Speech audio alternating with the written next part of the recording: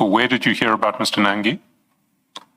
I heard about Mr. Nangy when I started to work closely with Brigadier Ramangwa. Mr. Nangy's name was being discussed time and again, even not directly with me, that there is this person by the name of Nangy who's busy with the kidnappings. But unfortunately, by that time, when we discussed it, or when it was discussed, the kidnapping case were already moved from Brigadier Ramanga, were being investigated by Major General Khan. The questioning of Sergeant Nkosi has now moved into more serious territory, because this is no longer about general events. It's about people, connections, and possible links to criminal networks. In this part of the testimony, investigators begin asking Nkosi about Nangy, a figure being described in serious terms during the hearing. And once names like this are introduced, the focus of the commission becomes very clear. They're trying to establish who knew who, and how deep those connections go. Do you know why General Sibiya sent this journalist's query to you?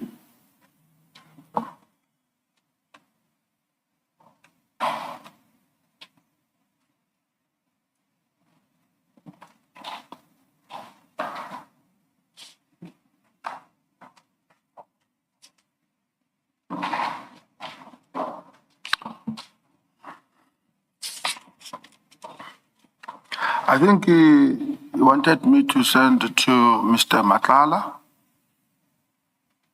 He wanted you to send it to Mr. Matlala? That's correct. Why would he want you to send it to Mr. Matlala? For Mr. Matlala to see it, I think. Why would he want Mr. Matlala to see it? I think General Sibiya would be in a better position to answer that, but the reason he sent it to me, it was based on that instruction that I must send to Mr. Matlala. This is where the testimony becomes even more significant, because now the focus shifts from people to actions. When questions about documents come up, investigators are no longer just exploring relationships. They're examining what was actually done. If documents were forwarded, the key questions become: what information was shared, who received it, and why it was sent? And the mention of General Sibiya introduces another layer, because it suggests that multiple individuals may have been involved in the flow of information. At this stage, the commission is building a chain, from people to communication to decisions. And each answer either strengthens that chain or creates gaps. Does Mr. Matlala, to your knowledge, have any relationship with Ismail Nangy? Can you repeat that question? Does Mr. Matlala, to your knowledge, have any relationship with Ismail Nangy? No, I don't know. Do you know who Ismail Nangy is? I heard about him. I don't know him personally. That is a Mozambican kingpin. Now, you've been part of an anti-kidnapping task team. Is that not correct? That's correct. And is it in that context that you heard about Mr. Nangy? No. Now the investigation starts connecting the dots. The mention of Nangy being linked to Vusimuzi Matlala shifts the focus toward a broader network. This is no longer about isolated individuals. It's about how different figures may be connected within the same circle. And once those connections are raised, the stakes become much higher. Because the commission is no longer asking, "Do you know this person?" It's asking, "How are all these people connected?" And whether those connections played a role in the events under investigation. Are you aware of an allegation that when Mr. Matlala's house was searched for Jerry Boshoga, that Jerry Boshoga had in fact been moved to Mr. Nangy's house? Are you aware of that allegation? No.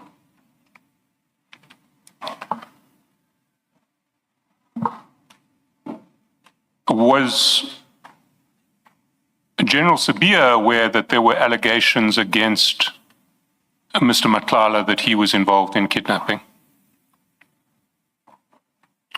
Yes.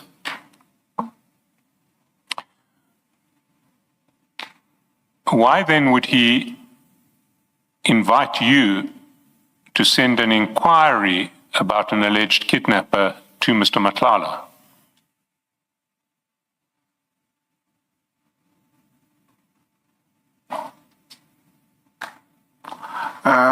Can you repeat that question?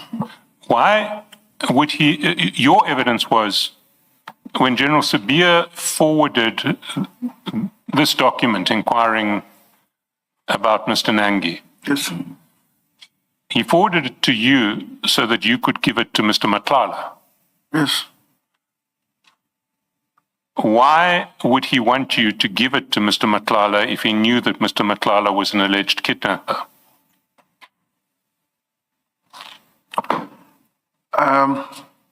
Thank you.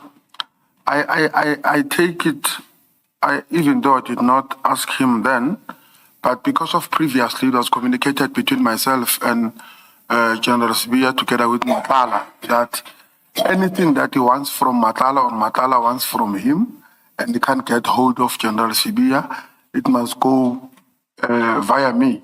So when General Sibiya sent that set document, I knew. He said it was for Mr. Matlala.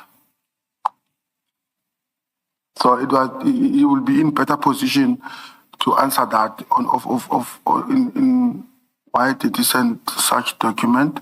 But I can confirm it was from him. The instruction was to send it to Mr. Matlala. By the end of this testimony, the direction of the commission becomes very clear. This is no longer just about individual actions. It's about a network. Names are being connected, relationships are being examined, and serious allegations are being brought into the discussion. For Sergeant Nkosi, the challenge now is not just answering questions. It's maintaining consistency across a growing number of connections and claims. Because as more names are introduced, the margin for error becomes smaller. And in a commission like this, even small inconsistencies can lead to major consequences. The Madlanga Commission is slowly building a bigger picture, and testimonies like this are key pieces of that puzzle. Subscribe for more breakdowns as we continue following the latest developments.